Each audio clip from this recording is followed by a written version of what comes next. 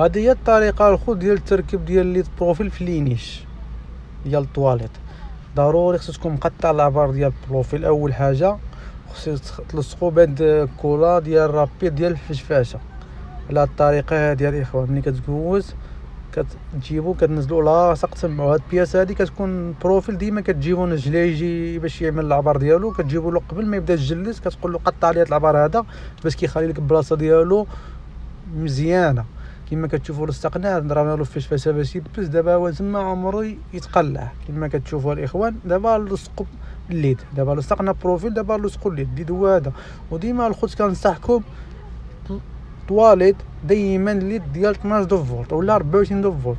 وبروفيل اي بروفيل تلصقوها يا في الصاله يا في البيت يا في الكوزينه خدموها ب 12 فولت. لان الا خدمتو 220 لان بروفيل راه هو تشابا الومنيوم راه كيدوز الضوء. والخوت اللي عملتوها 220 مؤخرا واحد الصباره ضربوا الضوء بالسبه ديال البروفيل كان دايز 220. وهادشي انا حاضر عليها الاخوان.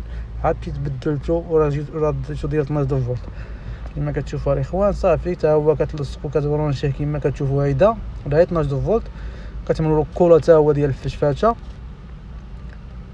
وصافي. كتجوزوا تما كتكونوا قطعتوا العبار ديالكم بمقاس صافي. كتجوز بيدك هايدا والزياده كتدخلها ديما.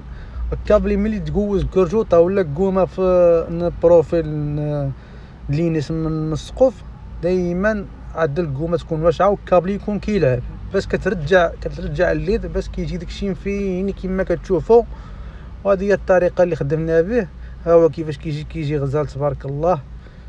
كنتمنى يكون عجبكم هذا الفيديو. اذا عجبكم الفيديو الخوت ما تنساوش تبارطاجيو الفيديو وتعملوا لنا جيم وشي كومونتير باش نبقاو ننزل لكم الجديد ان شاء الله. والسلام عليكم ورحمه الله.